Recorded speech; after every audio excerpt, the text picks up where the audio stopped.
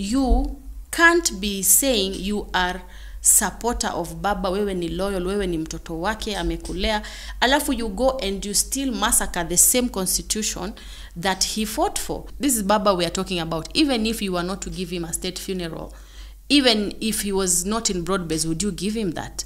Because guess what? He was the people's president. The people would give him a state of state funeral. See, this is not Salasia we are talking about. This is Salasia ndio anaweza sema mmenimwagia maji kwa ndege, it matters. Nimepelekwa na ile trolley, but we are talking about baba. Hii chama nimeipenda kwa sababu kuna nafasi ya vijana. Unlike chama zingine nimeona mata nimekuwepo, vijana mnapewa 2% of the space, alafu mnabaki mkipigania. Hapo ndio unaona vijana hata sisi tunaanza kukompea. Tunasema Rahab na Sabina huyu ndo mzuri. Yet hatuna haja ya kutofautisha kwa sababu sote tunafaa tutafute space even more than 50%, tujipiganie ili tukue wengi zaidi. The biggest fight has been against Sifuna.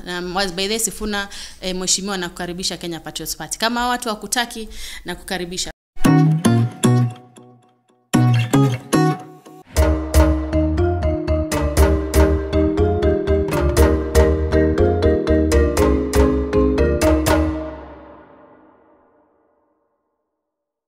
Ahlan wa marhaba mpenzi mtazamaji, karibu kwenye awamu nyingine ya Viewsroom ndani ya Sauti TV, mahali ambapo tunazungumzia mustakabali wa nchi yetu ya Kenya na masuala yanayohusiana na uchumi, masuala yanayohusiana na uongozi.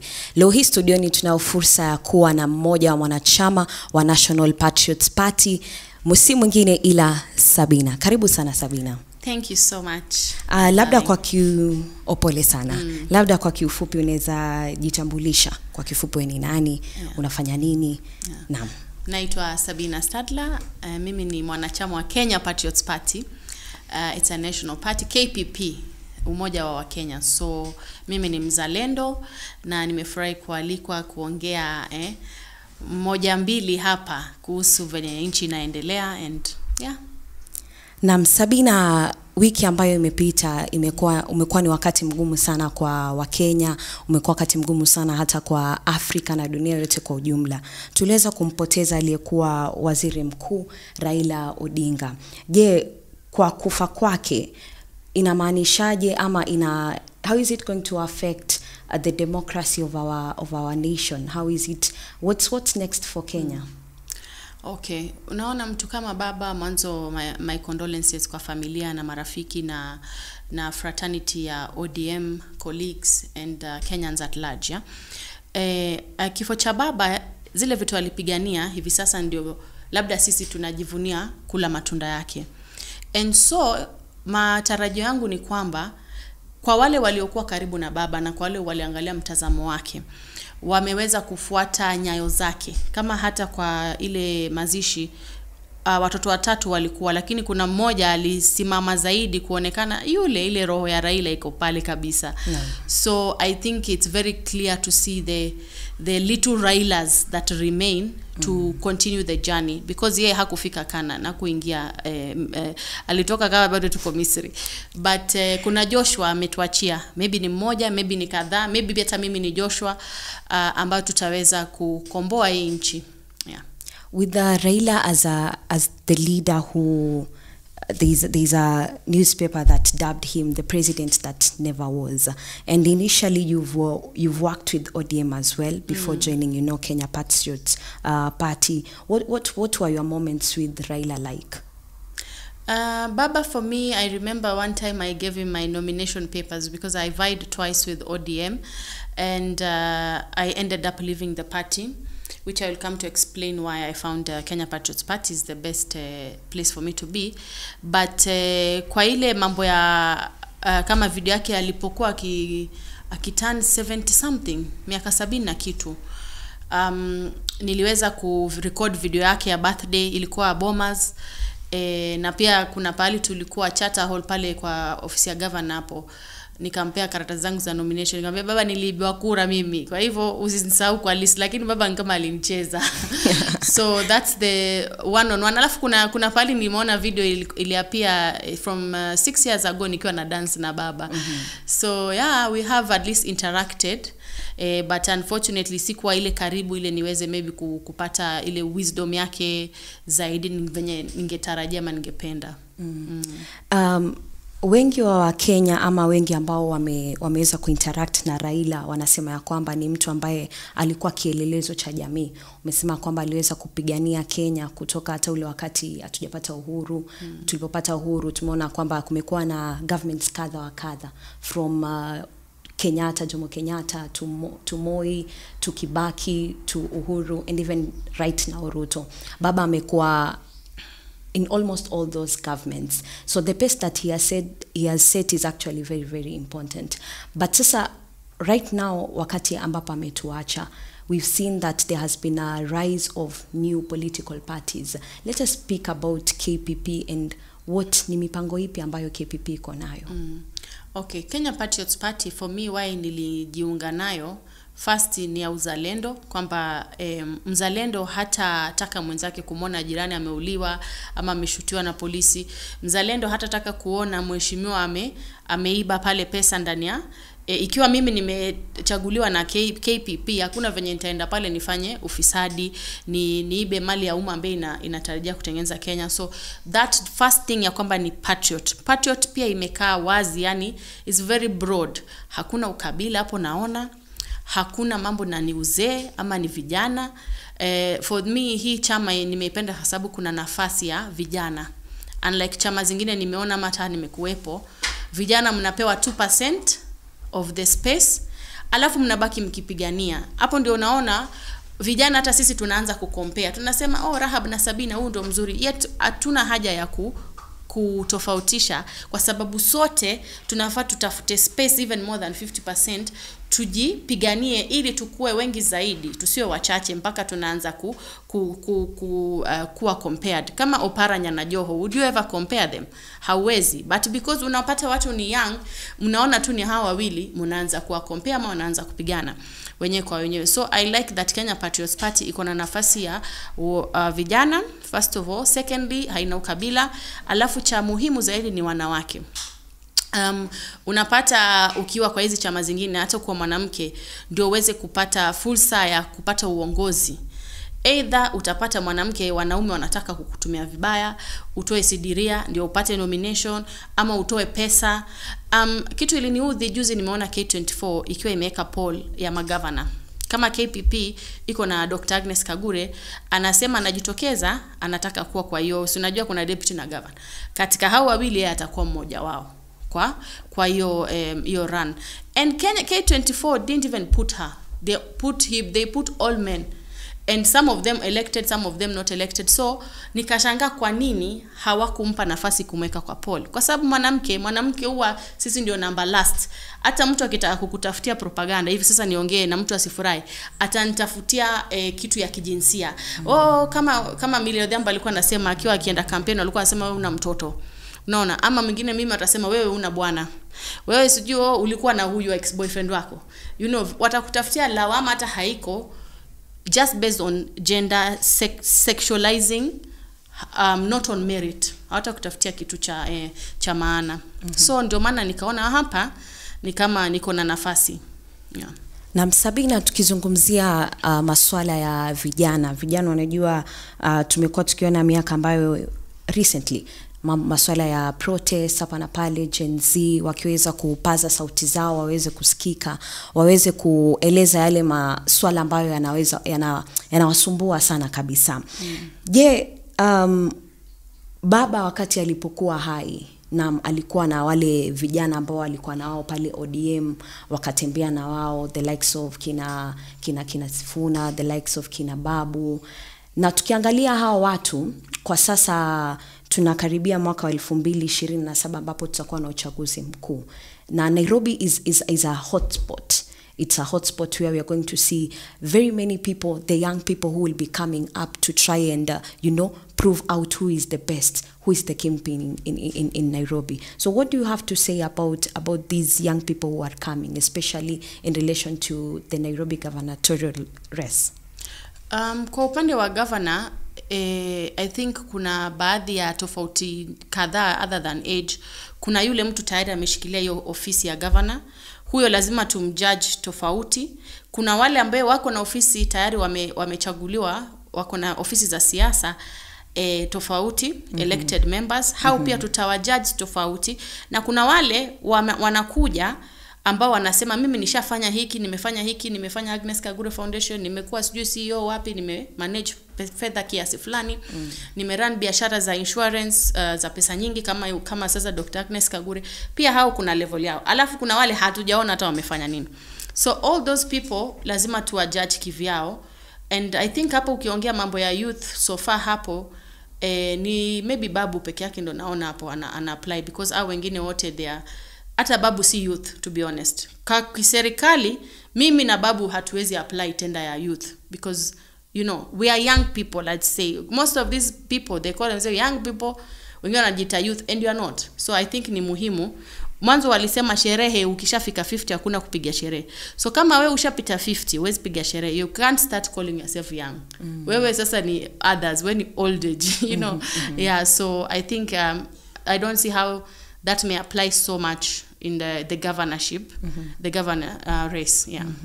So are we going to see maybe the people who've mentioned, kina Babu, kina Sifuna, tuona pia Gladys Wanga, nani kati ya hao unaona kwamba atakuwa na mstari wa mbele kabisa in relation to hizo elections 2027?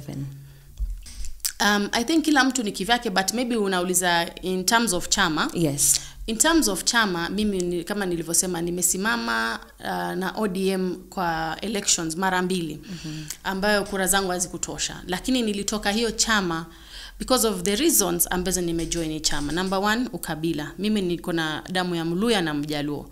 So kuna hiyo dynamic ya Luo-Luya. Number 2, being a young person. Number 3, being a woman. Ukiona kama hii mambo iliendelea kwa mazishi, awa kuna the Wanga team, the Junet, the orphaned politicians, alafu pia kuna orphan mwingine hapa, Senator Nairobi Sifuna. And I think vile nime notice the biggest fight has been against Sifuna. Was by the Sifuna mheshimiwa na kukaribisha Kenya Patriots Party. Kama watu wakutaki na kukaribisha, because you know what, Kenya Patriots Party will not win all the seats. We will not, hata tufanye nini. MCAs, MP, governor, si zote zitakuja KPP. And as a patriot, it is important to recognize kwamba kuna viongozi bora pia kwa chama zingine. Hata tukipata kama for example Mbeere North, hatuna candidate wa by election, but Kariobangi North yuko anaitwa Baba, mumpigie kura by the way. So unapata Mbeere North nani atachaguliwa. It still matters to us even if hatuna mtu anapigania hiyo kitu, because that person determines ile mwelekeo wa Kenya. Unaona, huyo mtu akichaguliwa, so ni bora chanda chema kivichwe pete, mgala muue haki yake mpe.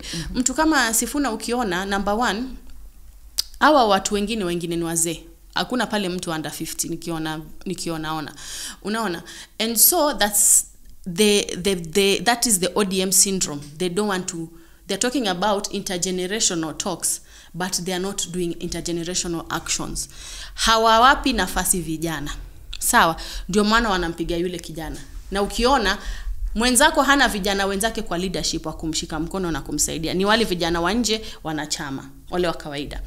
Cha pili, kuna ukabila kidogo pale inaendelea. Ukiona kuna Wajaluo, maybe yeye ni Mluya, maybe chama ya ODM ni Wajaluo peke yake, labda watu waambie. Unaona? Alafu cha tatu, ideals, mawazo yao ya what is right, what is wrong ni tofauti. Unfortunately, which is a democratic right. Kila mtu akona na maoni yake, right? Alafu kingine pia, hii mambo ya, unaona kama sasa vijana, just when you come back to vijana wanapigania, nimeona ta Alai alikuwa anagonga Sifuna, and ukiona matamshi yao nani kabisa yanafanana na baba, because the archives zinasema baba alisema hivi. Kuna yule mmoja amesimama kwamba ile maneno anasema ni exact na ile baba alisema. Na ukiona kama sielewi kwa nini ikwe inajificha, sijui alinipigia, alinitumia message, kama yale matamshi yako the same, it is clear. Na for mimi kama actor naeza ona huyu ni muongo, huyu adanganya, hii machozi ni ya uongo. It's very clear to see who is affected by Baba's death, who is not there, who was there. So I think only time can tell. But like I was saying about now Alai ile udako lazima nikupatie na Kiswahili kwa sababu nilikuwa ODM najua zao za ndani. And unaona hiyo party ya democracy, it's a democratic party but hakunanga democracy. And even in I had this training katika pale ORPP wakisema venye chama zinafanya direct indirect nomination. Hata kama unapewa ile certificate lazima kuwe na mwelekeo kwamba kwa nini wewe ndio umechaguliwa kufanya by election. Unaona kama ni wanachama wamekuchagua, si mtu mmoja atamka seme huyu atapewa certificate.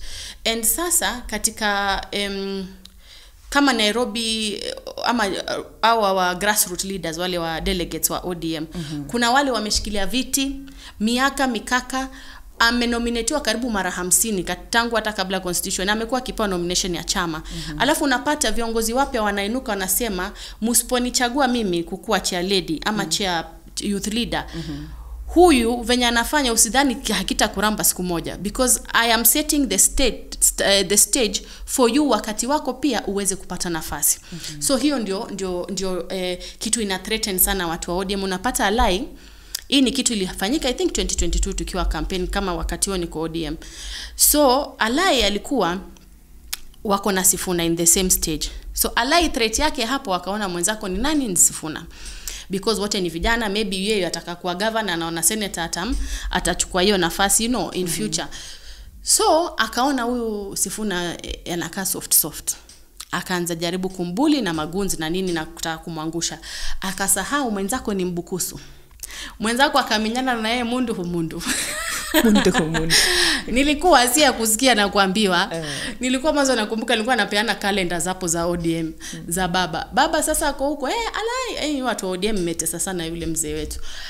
So Sifuna naye sijui kukakwaje huyo alai kwa mtaro.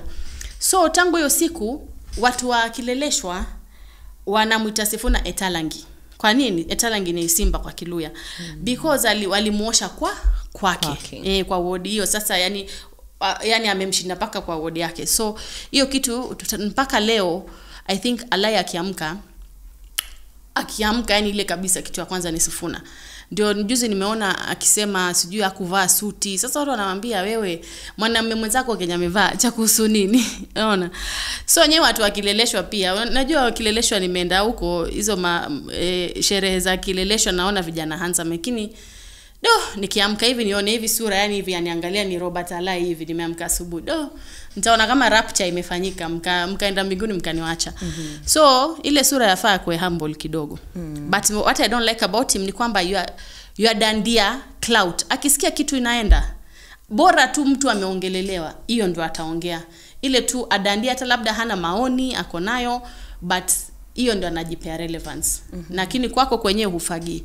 So shughulika na kazi yako. 2027 sisi hata ndo unaniona nimekuja nimevaa na uniform, lakini ni kama tuongea mambo ya ODM sana leo. Because tunataka vijana wachukue kura hata wa Kenya wote. Unaona? Na mimi mwenyewe nikasema acha niende nione iza kuwa kuna process pahali kuna block ambaye watu ndio maana maybe ukienda waambiwa hujachukua nini So ni muhimu pia sisi tuende wale tuko na kura tuone, tufanye kama due diligence ama oversight, kweli yule mtu hana kura anapewa nafasi ama kuna roadblock pahali wanapitia. Acha turudi kwa masuala ya KPP, maana hapo ndipo nyumbani mwako kabisa. Je, how are you trying to incorporate the young kind of generation? Maana walikuwa wanasema the partyless, the leaderless, the tribeless. How are you trying to incorporate them into the Kenya Patriots Party? How are you training them ahead of the 2027 elections, nata the other elections that you're going to be having hapo mbeleni in matters just related to leadership and governance? Unaona baadhi ya ile nafasi kwa ofisi I think more than 65-70% ni watu young. And ukiangalia hata kwa by election ambayo inaendelea Kariobangi North, huyu George Owino, George Owino is I don't think kama amepitisha 30 something, maybe 30 kienda sana. But basically wale wengine wote ni watu wazee. Watu wameshasimama kiti mwanzo, washakuwa MCA hapo, wengine walijaribu before. So yule mtu George Geoffrey hakuwa na mtu wa kumwaminia. Kwa chama zote hizi hakuna mtu angemwaminia. Ndio maana akajipata somehow Kenya Patriots Party imemwamini na ikamentrust na hiyo vision ya kukuwa leader. But hawa wengine wote wazee sikudanganyi walishakuja Kenya Patriots Party wakitaka kusimama na chama ya Kenya Patriots Party. Kwa sababu anajua ground saizi mambo ya chama zingine ziko kidogo na a bad reputation. Na to some degree sometimes watu huchagua chama. And unapata hata wewe ukichaguliwa MCA ama ukichaguliwa MP, kama huyo MC wa Kariobangi North alichaguliwa independent, inakuanga ngumu ukiwa pale kwa sababu huna backup, huna ndugu, huna dada. Mambo pale ni kupigania haki yako, yani upiganie governor, upiganie resources, you know. And unapata hata wewe ukiwa governor independent, hauna your soldiers, unaona. So ndio maana inabidi at least mtu ukiwa kwa chama, uko na si kwamba una leader, because Patriots sisi the chama mwesh hata party leader wanasema hii chama ni yenu. Mkitaka mfanye venye mnataka, mkitaka, yani yeye amewachia wanachama wenyewe watake venye wanataka. Venye tu all these people are saying skiza ground, you know, listen to what the people want, si ati sisi tutawaamulia. And so hiyo undugu na kukua na backup ya soldiers, unajua hauendi peke yako kwa hii vita, ndio kitu cha maana kukua kwa chama yoyote tu. Lakini mimi ningesema huku ndio tuko na mama, tuanywa maziwa, tuapendwa, tualindwa, so huku ndio the place to be. With the ongoing, you know, continuous voter registration, tumeona ya kwamba kumekuwa tuna malalamishi kadha wa kadha wakisema vijana wajitokezi kuchukua kura. What is not happening? Ni nini ambacho unadhani vijana kidogo wanajaribu kuwa polepole? Are they waiting for the last minute, ama hawana imani tena na mambo ya uongozi katika nchi yetu ya Kenya? Pia kuna ile angle vijana wako kuiva. Vijana wengine bado wako kuiva, wako na hangover, wanangoja tu masaa kidogo watakuja. And most of people wanasema that's just the Kenyan nature, not even the young people nature. Kenyan time, you know, watu wanangoja last minute ndio wajitokeze. But to me my concern it'd be the last time I checked there was 20,000 and the target for that period was about 190. So that's roughly under like 10%. That's a very very low margin. And so I wonder munataka kukua na sauti, because being a patriot is having a vote.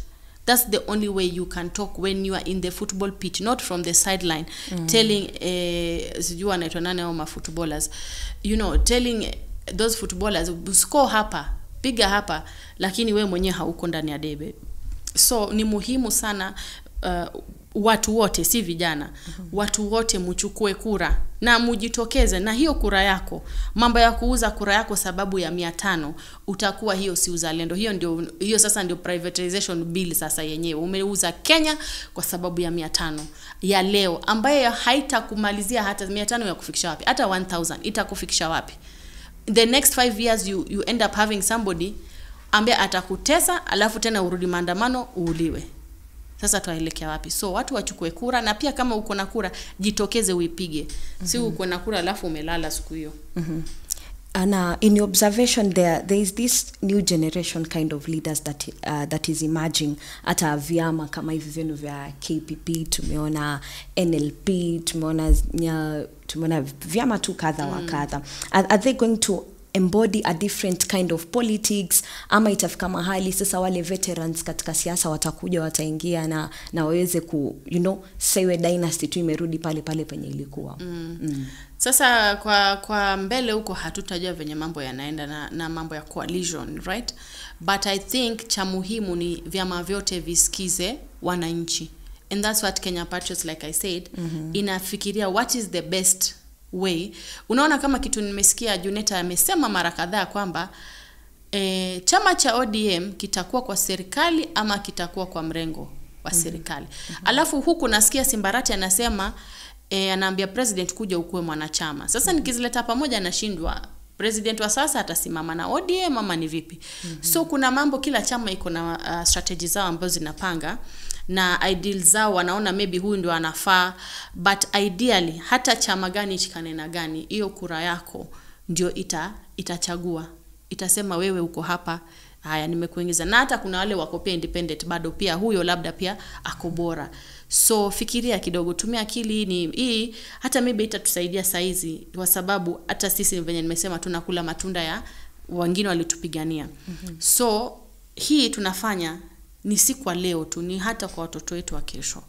Yeah. Over political alliances and the talks, we saw President Ruto do something that a normal person angefanyiwa. When Raila Odinga passed away, aliweza kumconfer like the highest, award ile ya of a civilian, that is the CGH. What does it tell the young people? What does it tell the nation? What does it tell hata wale viongozi ambao they were really looking up to Raila Odinga? Maoni hayo sina mengi because sijajua hiyo honor inanisaidiaje ile kabisa ile nikitranslate to anything, because tumeona waheshimiwa wengi OGW, hata maakta sasa wameanza kupewa OGW, but sio OGW ni jina alafu after that, so maybe kunafaa kuwa na mambo zaidi to that name linked to it. But I think sitasema ni kitu cha maana sana, because hiyo title it doesn't add anything or reduce to me in my view. Maybe there's a legal way that it does, but kwa macho yangu tu ile baba was a CGH, he was a OGW, so hizo vitu ni bonus tu na ana deserve, so si kitu ati ni favor, it's he deserves it, and he deserved it even when he was alive, unfortunately. And najiuliza pia, je, kama baba hangekuwa katika broad base angepewa hiyo, angepewa state funeral? So sijui kama ni PR tunapigwa ama ni gani. So yeah, Mungu ndio anajua mambo yaliyo ndani ya roho ya mtu. Yeah. We also saw the president of Kenya, that is William Ruto, akisema ya kwamba atawachukua wale watu wa ODM, like he's in ODM.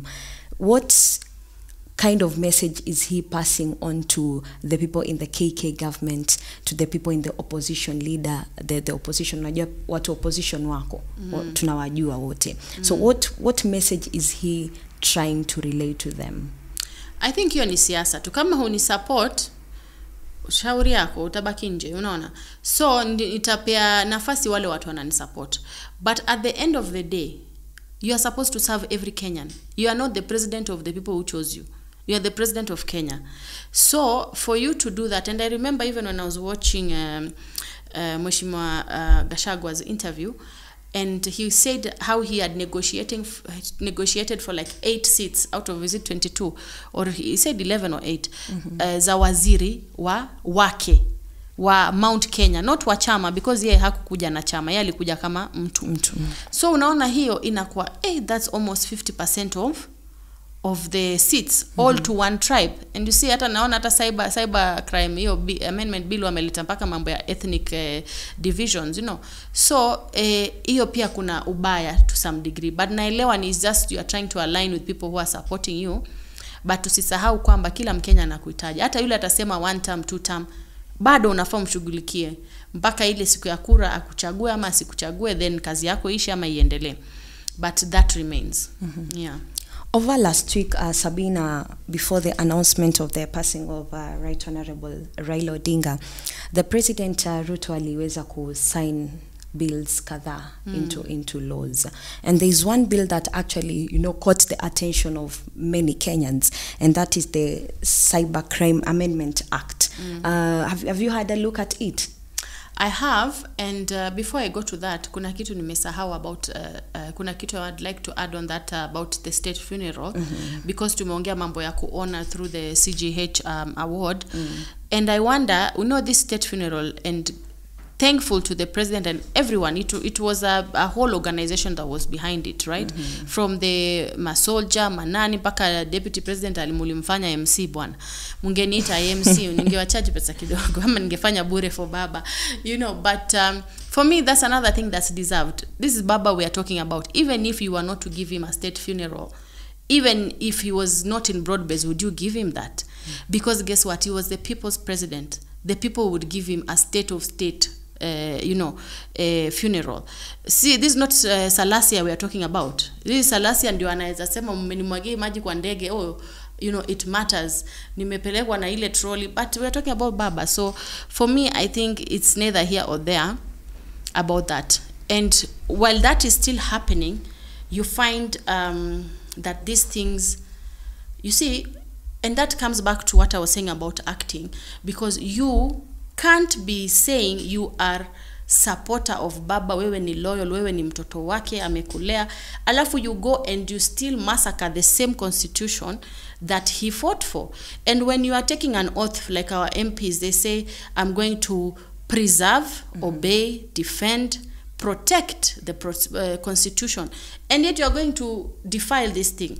And so, not specific about that question, but when we now come to that bill, for me as a person who, let's say kuna wale blogger like us who are in media or media film or communication, we really have to take some things out of what you've said, join it with something else, make it kick, make it, so nashindwa hapo kunaendaje. I've never seen a bill so obscure that anyone can interpret it. As long as you have a good lawyer, you can push any clause or section and say, no, this is not what it meant. And so that worries me, that whoever wants to take advantage of that bill can really just twist it to what you want to do.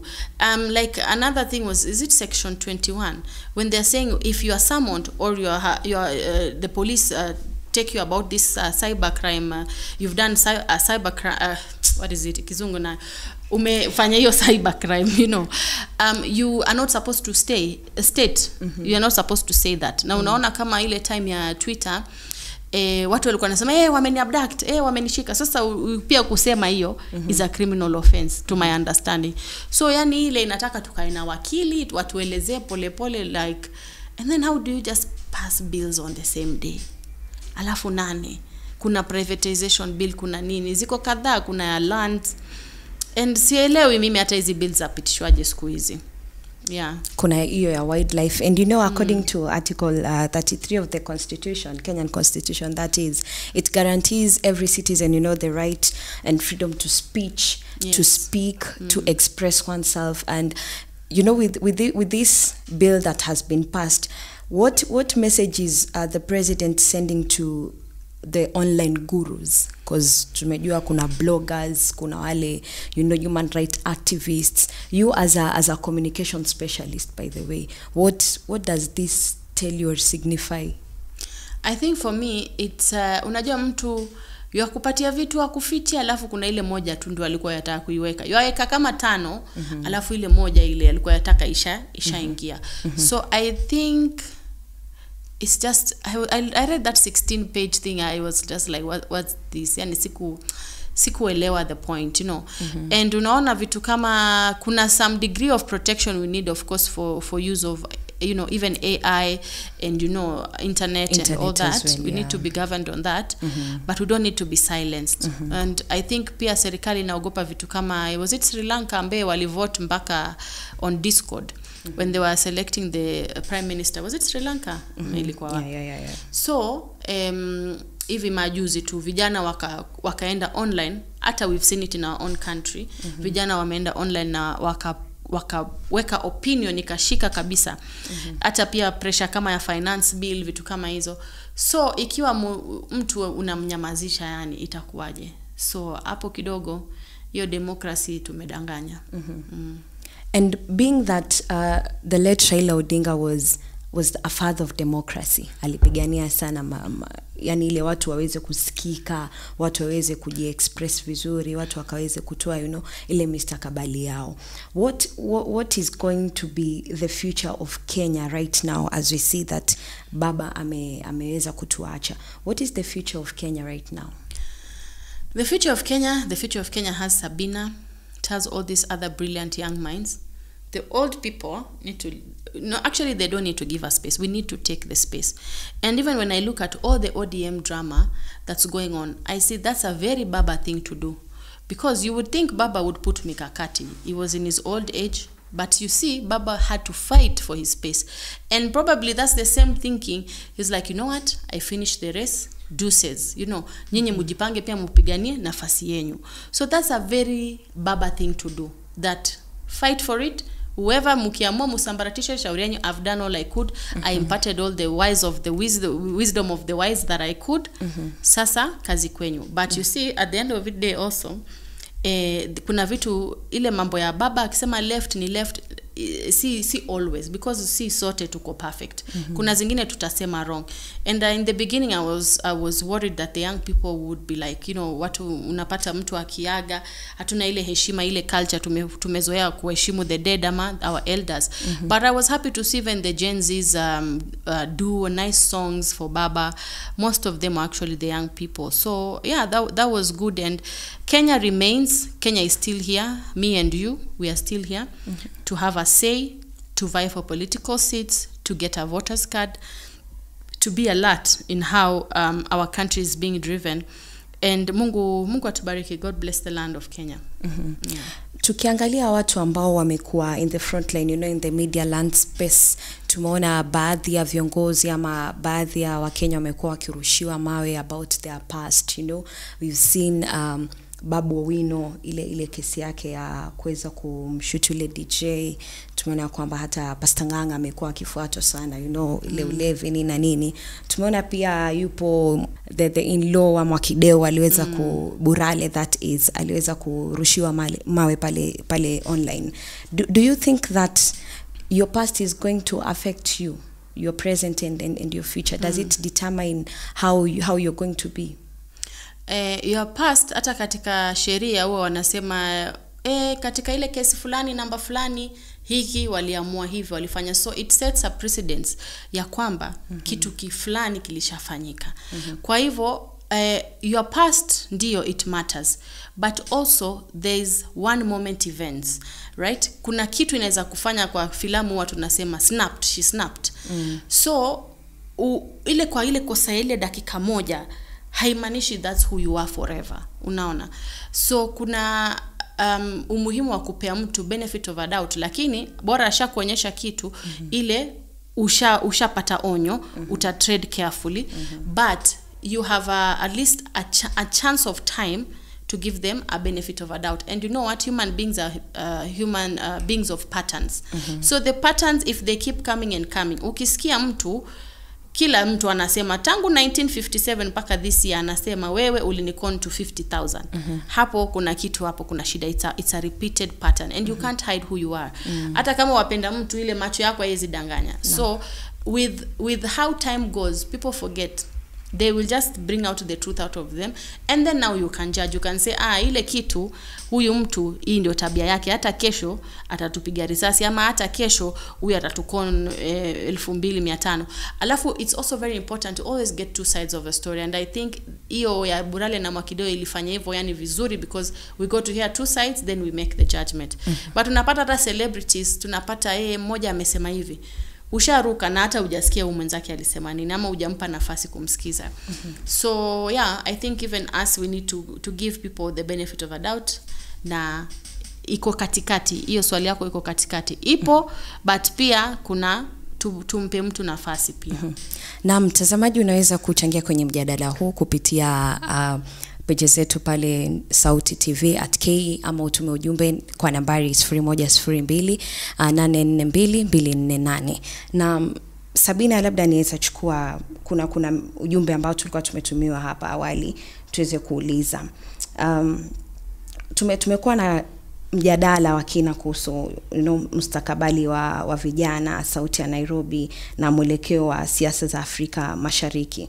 Na ni wazi kwamba kuwa kizazi kipya kina nafasi, lakini pia jukumu kubwa lipo, jukumu la kuweza ku speak out, jukumu la kuweza hata not to enthrone ama kutoa wale wenye wamekuwa dynasties in the political field. Tuingie nchi yetu jirani Tanzania, wapo na uchaguzi ambao utakuwa unaanza hivi karibuni mwezi huu. What is standing out in the leadership in Tanzania, or what can you say about the Tanzania elections? Tanzania wanaona pale Kimange sijui huwa yapiga kelele sana pale, but unaona we witnessed it ourselves when Hecha was trying to come for the burial, na alikuwa anazuiliwa. So kuna uzee, yani ule wakili ule wa kitambo wa Moi ile, yani kwamba demokrasia yaenda kusambaratika. So tuna abuse power, na ndio maana nasema wengine viongozi wanataka kunajisi ile constitution ambayo imepiganiwa. So wacha tuone vile watafanya uchaguzi, na wao unajua unakuja tarehe 29 and hopefully they get to have a say. Hopefully kura yao itaweza kuhesabika na wachague kama watasema mama ametosha tano tena, I mean asimame tena, sawa. Wakiamua different, lakini na maombi yangu ni kwamba kutakuwa na amani na tunawatakia kila laheri kama ndugu zetu. Yeah.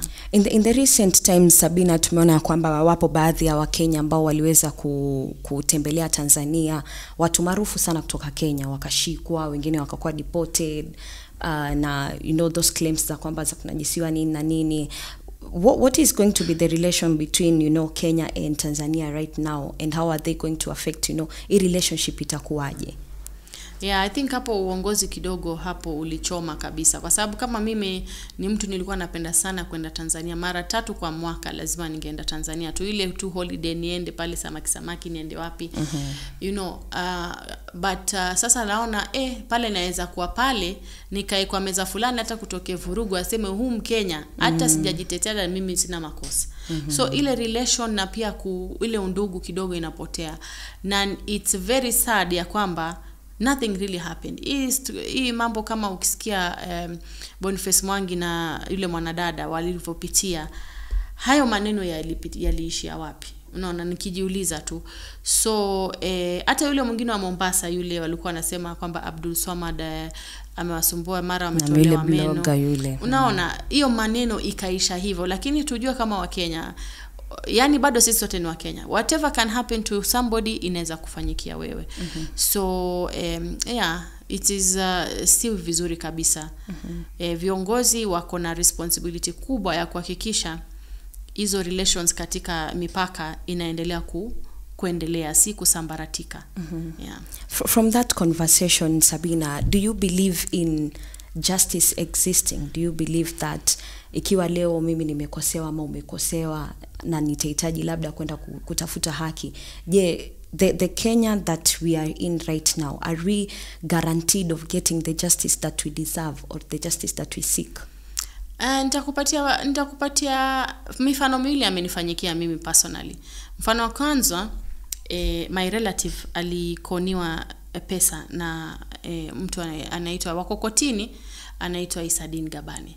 Isadin Gabani akona wanasema allegedly akona watu katika serikali wanamsaidia kukiuka sheria, ambapo mtu kama amekukon milioni 30, huyo mtu akona pesa ya kuhongana, ya kufanya nini, so inakuwa hata una imani na ile koti. Yani nikimwangalia yule mwanajamii wangu nashindwa, nani atatutetea?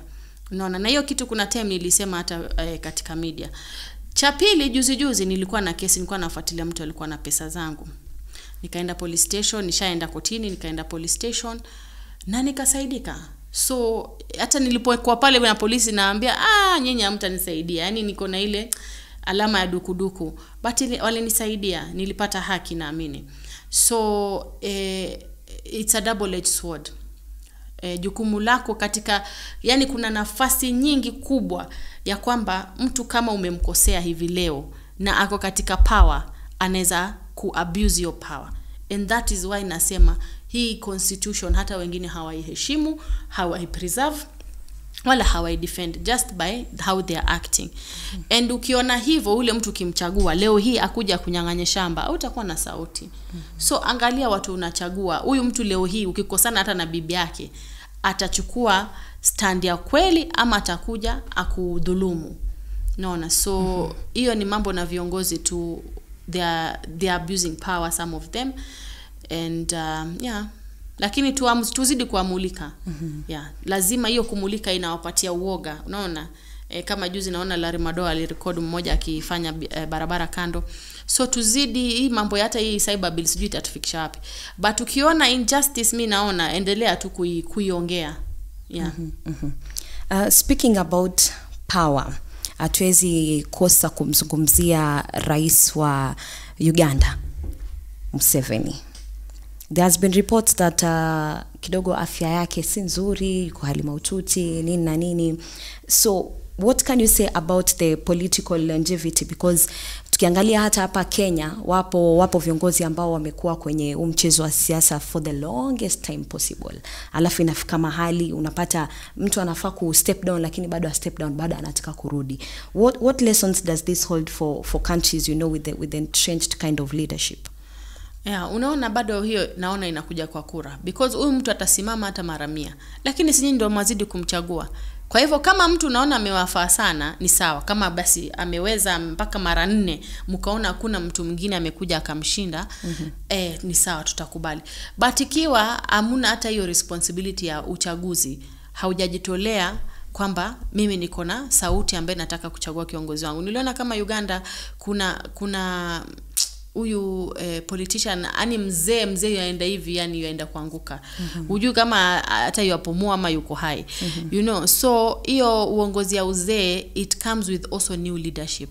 Hawa wazee watataka tu wazee wenzao waendelee kuongoza, and ndio unapata kuna disconnect, because uwezi fanyia mtu kazi na watu they are not even from your generation. Hawakuelewi, huwaelewi.